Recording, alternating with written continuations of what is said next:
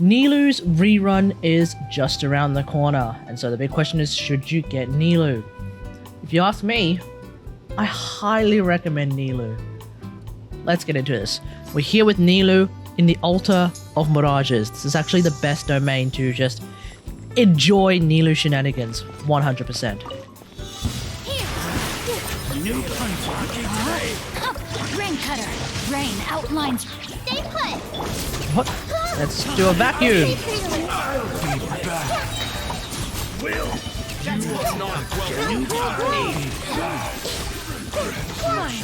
Some target This is pretty much the experience of Nilou. When enemies are like near each other and you get to just blow them up with Nahida, blow them up with Nilou. Basically, Nilou's existence allows you to blow them up on a near constant basis. Now, one of the things that was often said about Nilou and her teams is that you kind of needed Nahida. That was one of the general sentiments with Nilou, but the reality is you don't necessarily need Nahida to have a functioning Nilou team. We have an alternative, and his name is Al-Haytham. So, essentially, you can use Al-Haytham as the Dendro driver instead of Nahida if you don't have Nahida, or if you want to use Nahida on another team. That's fine.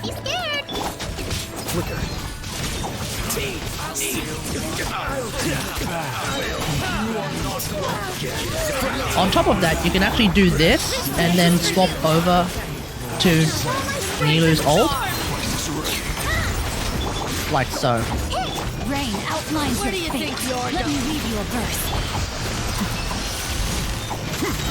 Goodbye, but we'll meet again. So yeah, you would end up with a very similar experience in a Nilou comp if you decide to run Al-Haytham instead.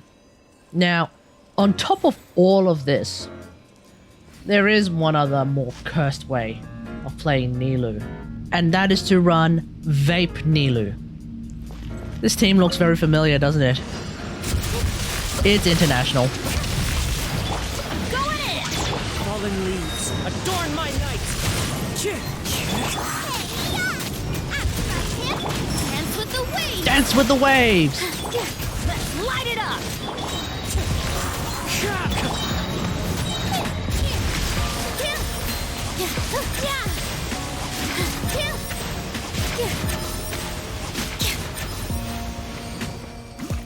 Something like that. Essentially, Nilou is now, especially now compared to her release, just a significantly more adaptable character who has a lot of options available to her. We now have a few healers that you can choose from for Nilou comps, namely being Yao Yao and Kokumi, as well as Barbara can also be very good as well. Soon we'll also have Baiju, who I hear might actually be one of the better options for a Nilou comp, especially because A, he's a Dendro healer, but then on top of that, he's going to provide a shield as well on a regular occasion, which might actually be really, really important. So then you have those options available to you. It's a lot less restrictive than it used to be. And so, in the end, I find that Nilou is, even though she is easily without a doubt one of the most niche characters in the game, her niche is just one of the most satisfying niches in the game. Just being able to continuously make a lot of bloom seeds that explode and do a lot of damage and keep refreshing and making more bloom seeds. So it's just been a lot of fun to play Nilou. And in Spiral Abyss, for example, your niche is actually capable of being exercised not too unregularly, so that's actually pretty nice for Nilou. Even for like Spiral Abysses where you do have a few bosses in there, there's still at least a couple of floors where you can just absolutely go to town on even just like 3 enemies, but they're like 3 tanky enemies. You can just watch their health just disappear because you're just doing even more blooms than usual.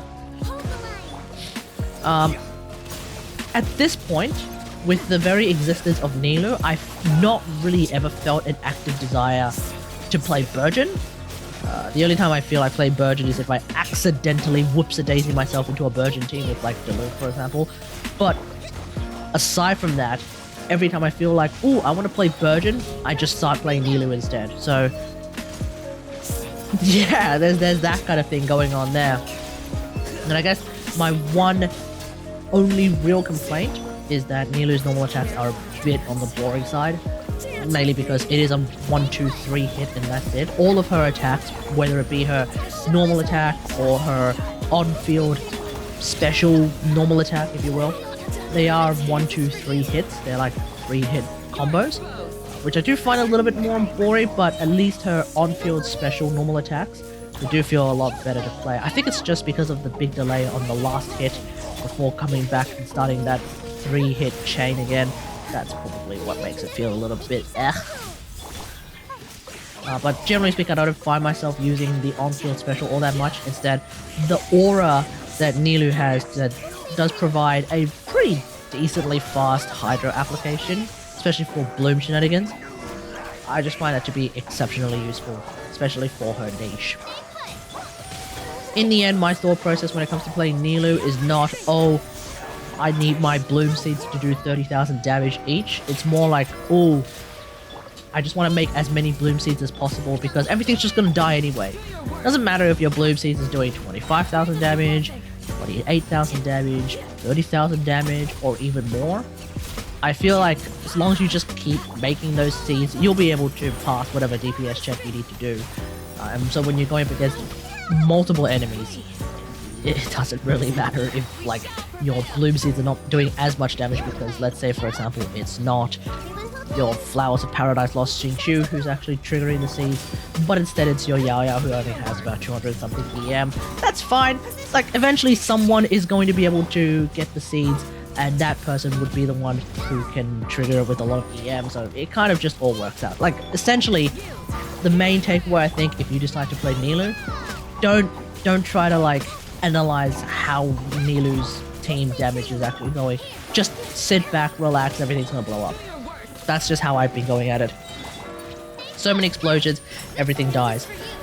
You could potentially run Flowers of Paradise Lost on Nilou, but I've decided to run Flowers of Paradise Lost on the other Hydro character on the team, and I do prefer going double Dendro, double Hydro.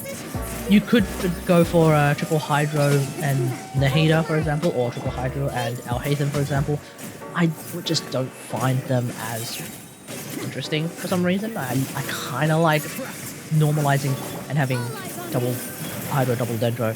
So my Flowers of Paradise Lost set is on the other Hydro character, whether it's Candace or whether it's Xingqiu. And of course, if I play with Candace, it would be nice if I could get Cease's Candace. But what's more likely to happen is I just play on-field Candace with her ultimate active, and that way I can just continue to pop off and do as many seed explosions as I can.